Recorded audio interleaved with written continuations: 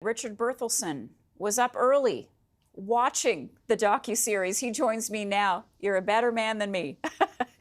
All I'll for you, watch it. Marcia. What time were you up? 4? I got up about 6. At 6. Okay. I'll watch it later. We're going to Well, get. you're in it. You're in Pardon it. me? So there's a clip of you in it, so you should watch. Uh-oh. Okay, breaking news.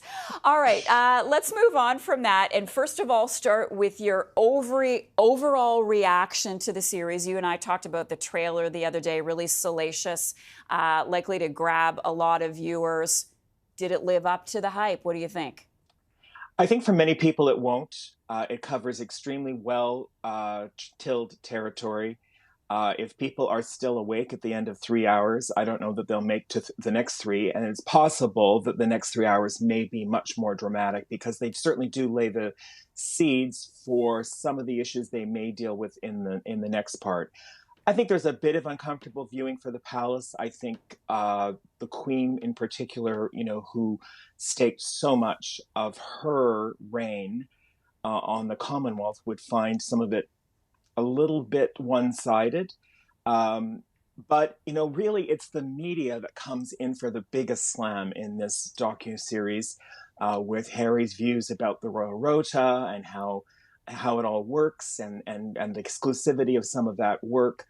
It is going to get quite a pushback from the UK media because a lot of the things that they're discussing in it are issues that may have been the case, but there have been some changes in how things operate. And I find the pervasive use of they do this, they do that. It's very difficult to follow who they're referring to at sometimes. The documentary also really jumps around quite a lot. For some people are going to have kind of a problem following the narrative because it goes back and forth between California, London, Toronto, which comes in for quite a hit in terms of the paparazzi, such as we have it here, following her when she was here.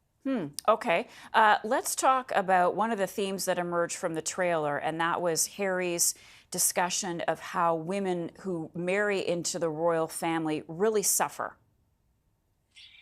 Yeah, I mean, we don't really get into that. I mean, they're just kind of coming up to the point. This first 3 episodes takes us to the day before the wedding.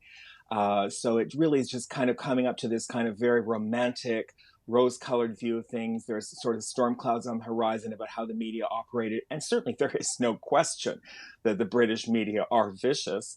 And, some of them went far to an extent in, the kind of comments they made about her and her family and, her biracial background, all of that kind of stuff. There's no question about that. But it really is, setting the stage, I think, maybe for something more dramatic in the last 3 episodes. I do find it interesting as an approach to take this very kind of, iron fist and a silk glove approach at the beginning. Again, whether people will stick with it, I don't know. But, I think it is going to be a little bit awkward for William and Charles in particular. Harry mentions at one point, that he was really raised in Africa by people that he met there, tends to sort of admit his father's role.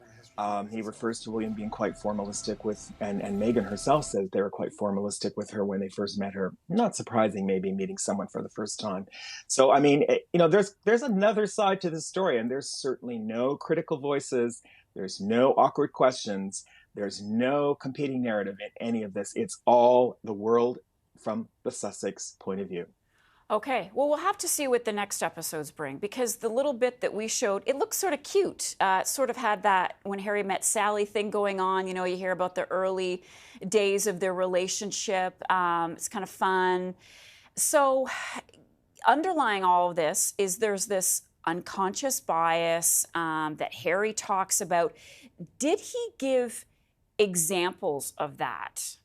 Richard. He did, and it was directly related to Princess Michael of Kent, who wore the black and white brooch the first time she met Meghan. I mean, that issue has been, dealt with. The princess apologized. I mean, obviously it was unconscious bias. I don't think she set out to offend her. She thought she was doing just the opposite, any more than Lady Susan Hussey the other week thought that she was, doing the opposite to when welcoming someone. And in fact, she basically put her foot wrong. So, I mean, I think he does deal with that. He deals with some of his own antics, particularly when he chose to wear a Nazi uniform. He delves into that. He doesn't deal with other things when he himself has been quoted as making racist comments when he was in the army. So again, it's quite selective. So there are some examples, but again, I do find this use of they, really confusing about what they're referring to. And they often, and one of the panelists refers to art in the palaces and it being having some racist overtones.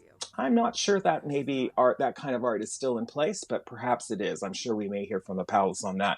What we certainly have heard from the palace so far is the very first statement in the show suggests that it was recorded. All recordings were done by the end of August. So in other words, before the Queen's death. And also that the palace was provided an opportunity to comment and chose not to do so. And the palace has made very clear today they were absolutely not provided a comment. And I think that is maybe how people should view this documentary. There is a lot of things that are not fact-checked, and there's a lot of things that should be fact-checked. Okay, last question then. Do you think or expect that the palace, Prince William, King Charles, would release any sort of statement in response? I don't think today. I think we've already heard from the palace taking issue with the fact that they were given an opportunity to comment or provide interviews, which they say they weren't. Of course, they don't appear any member of the palace. There's one former staffer of the palace who now works for Harry and Meghan, who has some comments to make. I don't think we'll hear from them this week. We may not hear from them next week. We'll see. I think they will push back if there's any significant errors or allegations made, but it may be through surrogates and it may be through unattributed statements rather than a formal statement. They may also wait until after the book comes out in January.